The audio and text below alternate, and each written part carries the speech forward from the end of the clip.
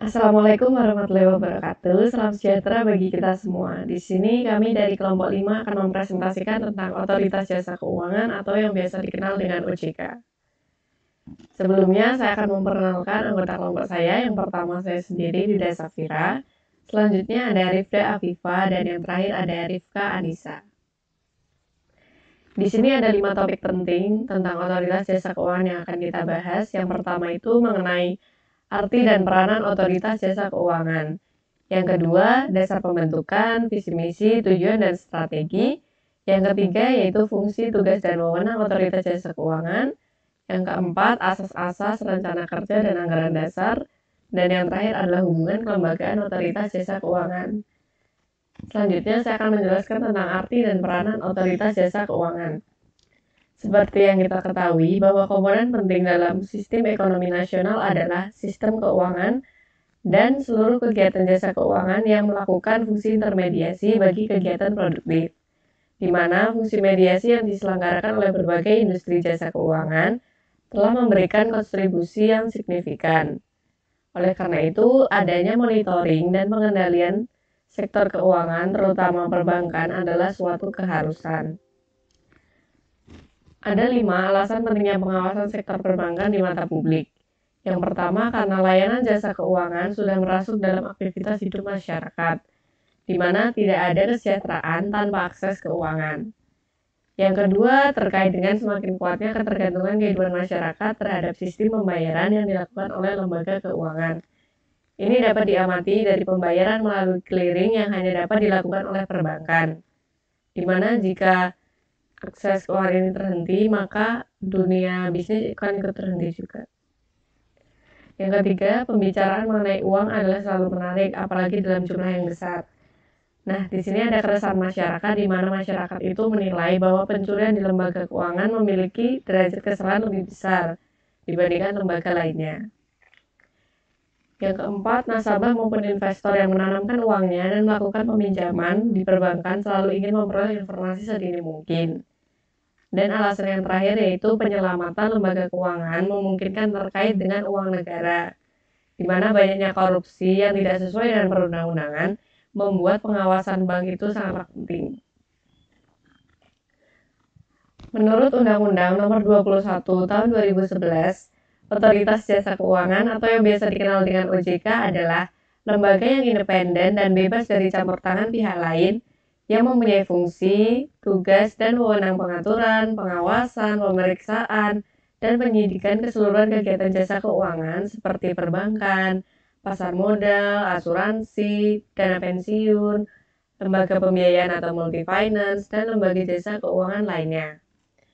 Secara fungsi, lembaga itu menggantikan tugas dari Badan Pengawasan Pasar Modal dan Lembaga Keuangan, serta mengambil alih tugas Bank Indonesia dalam hal pengawasan perbankan. Selanjutnya adalah dasar pembentukan, visi misi, tujuan, dan strategi. Dasar pembentukan Otoritas Jasa Keuangan ini ada 3. Yang pertama, landasan filosofis, yaitu mewujudkan perekonomian nasional yang tumbuh secara stabil dan berkelanjutan, menciptakan kesempatan kerja yang luas dan seimbang di semua sektor perekonomian, serta memberikan kesejahteraan secara adil ke seluruh rakyat Indonesia. Yang kedua adalah landasan yuridis, yaitu ketentuan pasal 33 Undang-Undang Nomor 23 Tahun 1999 tentang Bank Indonesia, serta Undang-Undang Nomor 6 Tahun 2009 tentang perubahan kedua atas Undang-Undang Nomor 23 Tahun 1999. Dan yang terakhir, landasan sosiologis yang berkaitan dengan pertama, globalisasi dalam sistem keuangan dan pesatnya kemajuan di bidang teknologi dan informasi, serta inovasi finansial telah menciptakan sistem keuangan yang sangat kompleks, dinamis, dan saling terkait antar subsektor keuangan baik dalam hal produk maupun kelembagaan. Yang kedua, berkaitan dengan adanya lembaga jasa keuangan yang memiliki hubungan kepemilikan di berbagai subsektor keuangan atau konglomerasi, menambah kompleksitas transaksi dan interaksi antara lembaga jasa keuangan di dalam sistem keuangan. Dan yang terakhir adalah berkaitan dengan banyaknya permasalahan lintas sektoral pada sistem keuangan yang meliputi tindakan moral hazard, belum optimalnya perlindungan konsumen dan jasa keuangan, dan terganggunya stabilitas sistem keuangan. Visi misi Otoritas Jasa Keuangan. Visi dari Otoritas Jasa Keuangan itu sendiri adalah menjadi lembaga pengawas industri jasa keuangan yang terpercaya, melindungi kepentingan konsumen dan masyarakat, dan mampu mewujudkan industri jasa keuangan menjadi pilar perekonomian nasional yang berdaya saing global serta dapat memajukan kesejahteraan umum.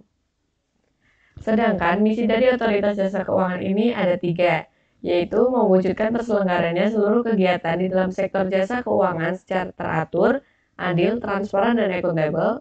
Yang kedua yaitu mewujudkan sistem keuangan yang tumbuh secara berkelanjutan dan stabil. Dan yang ketiga, melindungi kepentingan konsumen dan masyarakat. Tujuan Otoritas Jasa Keuangan. Otoritas Jasa Keuangan ini dibentuk dengan tujuan agar keseluruhan kegiatan di dalam sektor jasa keuangan terselenggara dengan teratur, adil, transparan, dan akuntabel. Yang kedua, mampu mewujudkan sistem keuangan yang tumbuh secara berkelanjutan dan stabil. Dan tujuan yang terakhir yaitu mampu melindungi kepentingan konsumen dan masyarakat.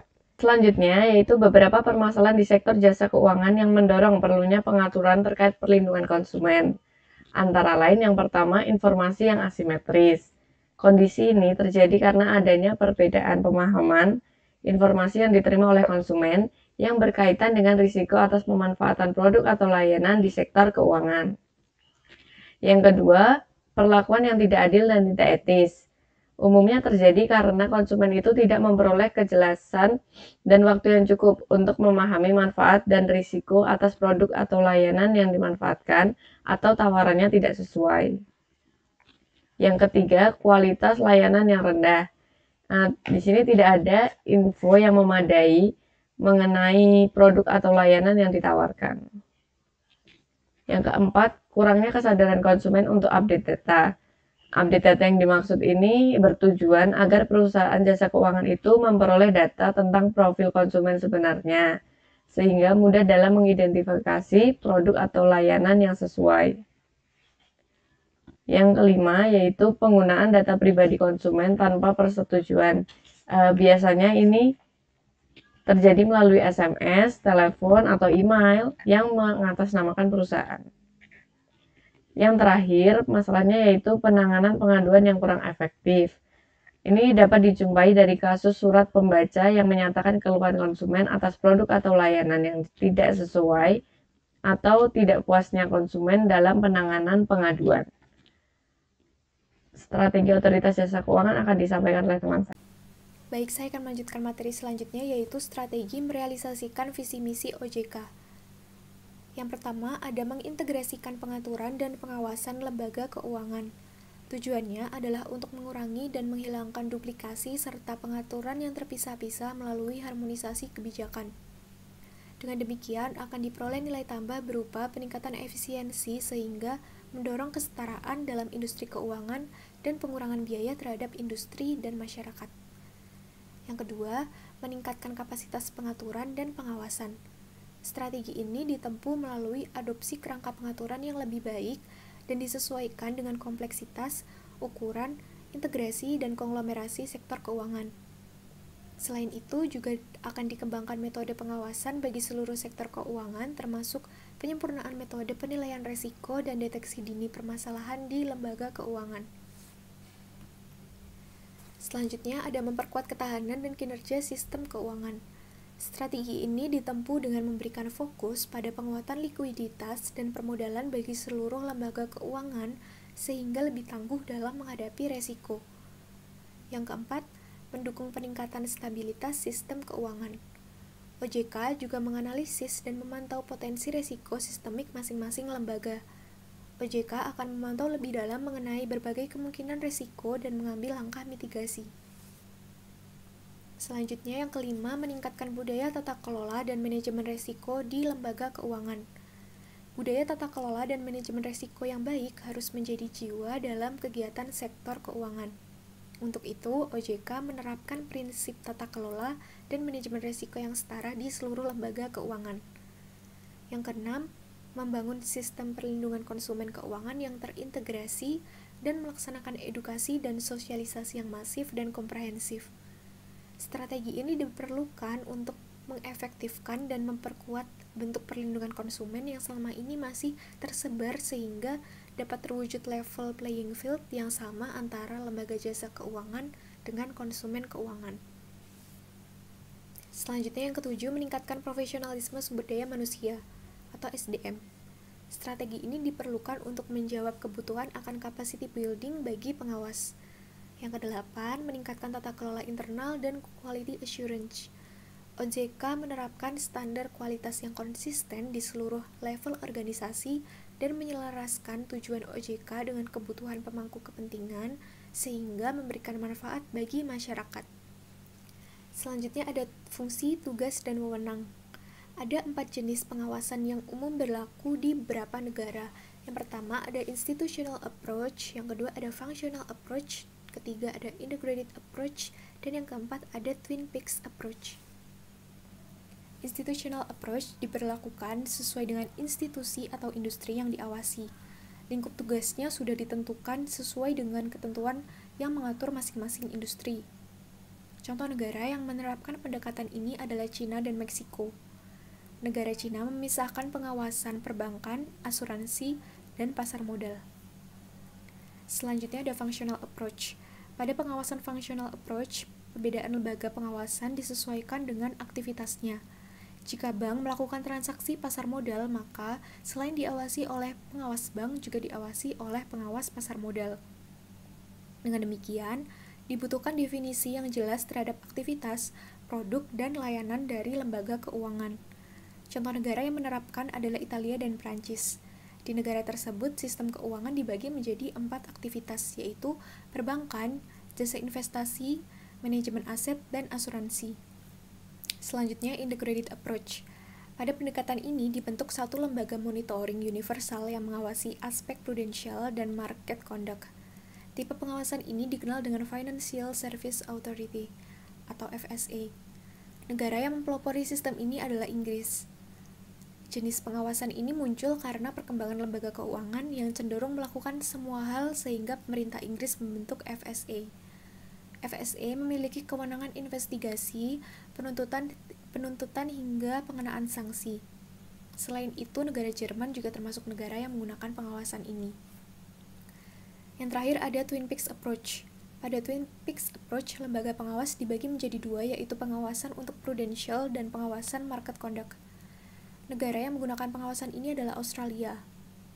The Australian Prudential Regulatory Authority atau APRA bertugas mengawasi perbankan, sedangkan Reserve Bank of Australia atau RBA memberikan dukungan likuiditas dan bekerja sangat erat dengan APRA dalam hal menjaga stabilitas sistem keuangan. Sementara itu, the Australian Securities and Investment Commission atau ASIC adalah pengawas market conduct dengan tugas menjaga integritas pasar dan melindungi kepentingan konsumen. Selain itu, negara Belanda juga menggunakan pendekatan pengawasan ini. Dengan berdirinya OJK, Indonesia memiliki model pengawasan baru dengan pendekatan terintegrasi atau integrated approach terhadap keseluruhan kegiatan di dalam sektor jasa keuangan.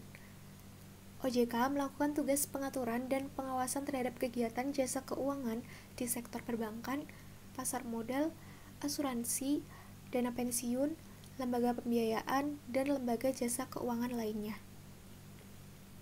Selanjutnya saya akan melanjutkan presentasi dari teman saya. Wewenang OJK dalam pengaturan dan pengawasan perbankan. Pertama, mengenai kelembagaan bank meliputi 1. Perizinan untuk pendirian bank, pembukaan kantor bank, anggaran dasar, rencana kerja, kepemilikan, kepengurusan dan sumber daya manusia, merger, konsolidasi dan akuisisi bank, serta pencabutan izin usaha bank.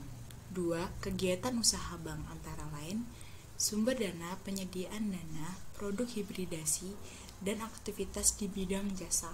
Kedua, mengenai kesehatan bank meliputi 1. Likuiditas, rentabilitas, solvabilitas, kualitas aset, rasio kecukupan modal minimum, batas maksimum pemberian kredit, rasio pinjaman terhadap simpanan, dan percadangan bank. 2. Laporan bank yang terkait dengan kesehatan dan kinerja bank. 3. Sistem informasi debitur, 4. Pengujian kredit. 5. Standar akuntansi bank. Ketiga, mengenai aspek kehati-hatian bank meliputi 1. Manajemen risiko. 2. Tata kelola bank.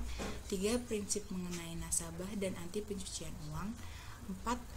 Pencegahan pembiayaan terorisme dan kejahatan perbankan. Keempat, mengenai pemeriksaan, edukasi dan perlindungan konsumen keuangan yang dilakukan OJK diarahkan untuk mencapai 2 tujuan utama, yaitu 1. Meningkatkan kepercayaan diri investor dan konsumen dalam setiap aktivitas dan kegiatan usaha di sektor jasa keuangan. 2. Memberikan peluang dan kesempatan untuk perkembangan sektor jasa keuangan secara adil, efisien, dan transparan. Kemudian, asas rencana kerja dan anggaran OJK. OJK melaksanakan tugas dan wewenangnya berdasarkan 7 asas, antara lain asas independensi. Asas ini yaitu independen dalam pengambilan keputusan dan pelaksanaan fungsi, tugas, dan wewenang OJK. Kemudian, asas kepastian hukum. Asas dalam negara hukum yang mengutamakan landasan peraturan perundang-undangan dan keadilan dalam setiap kebijakan penyelenggaraan OJK. Kemudian, asas kepentingan umum. Asas yang membela dan melindungi kepentingan konsumen dan masyarakat serta memajukan kesejahteraan umum.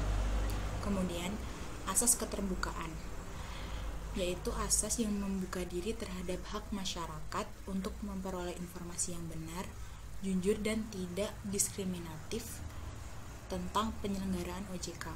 Kemudian, asas profesionalisme. Nah, asas ini adalah asas yang mengutamakan keahlian dalam pelaksanaan tugas wewenang OJK dengan tetap berlandaskan pada kode etik dan ketentuan perundang-undangan.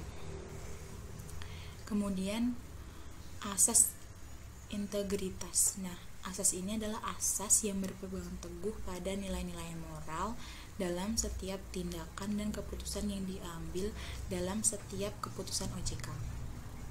Kemudian yang terakhir adalah asas akuntabilitas, yakni asas yang menentukan bahwa setiap kegiatan dan hasil akhir dari setiap kegiatan penyelenggaraan OJK harus dapat dipertanggungjawabkan kepada publik.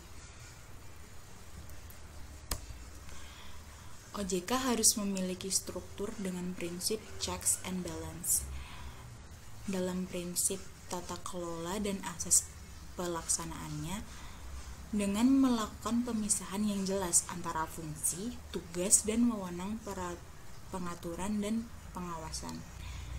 Dewan Komisioner melakukan fungsi, tugas, dan wewenang pengaturan serta pengawasan.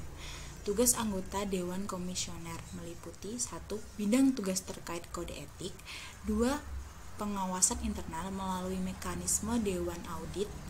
3. Edukasi dan perlindungan konsumen. 4. Fungsi, tugas, dan wewenang pengawasan untuk sektor perbankan, pasar modal, asuransi, dana pensiun, lembaga pembiayaan, dan lembaga jasa keuangan lainnya.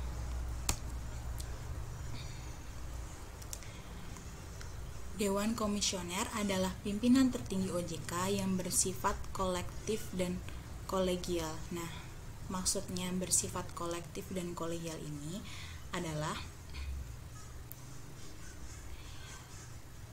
keputusan satu komisioner disetujui oleh komisioner lainnya. Selanjutnya, Dewan Komisioner bertugas menyusun dan menetapkan rencana kerja dan anggaran OJK. Anggaran OJK bersumber dari APBN atau pungutan lain dari pihak yang melakukan kegiatan di sektor keuangan. Hubungan kelembagaan OJK. Menurut pasal 39 Undang-Undang Nomor 21 Tahun 2011, OJK berkoordinasi dengan Bank Indonesia dalam pengaturan dan pengawasan perbankan. Bentuk nyata sinergis antara OJK dengan Bank Indonesia antara lain: 1. OJK berkoordinasi dengan Bank Indonesia dalam membuat peraturan pengawasan di bidang perbankan. 2. Bank Indonesia dan OJK juga harus terintegrasi dalam tukar-menukar informasi perbankan. 3. Bank Indonesia dan OJK senantiasa melakukan hubungan timbal balik dalam pemeriksaan bank. Sesuai pasal 41 Undang-Undang Nomor 21 Tahun 2011, OJK menginformasikan kepada lembaga penjamin simpanan atau LPS mengenai bank bermasalah yang sedang dalam upaya penyihatan oleh OJK. LPS juga melakukan pemeriksaan terhadap bank yang terkait dengan fungsi, tugas, dan wewenangnya, serta berkoordinasi terlebih dahulu dengan OJK. Sekian presentasi dari kelompok kami, kurang lebihnya mohon maaf. Wassalamualaikum warahmatullahi wabarakatuh.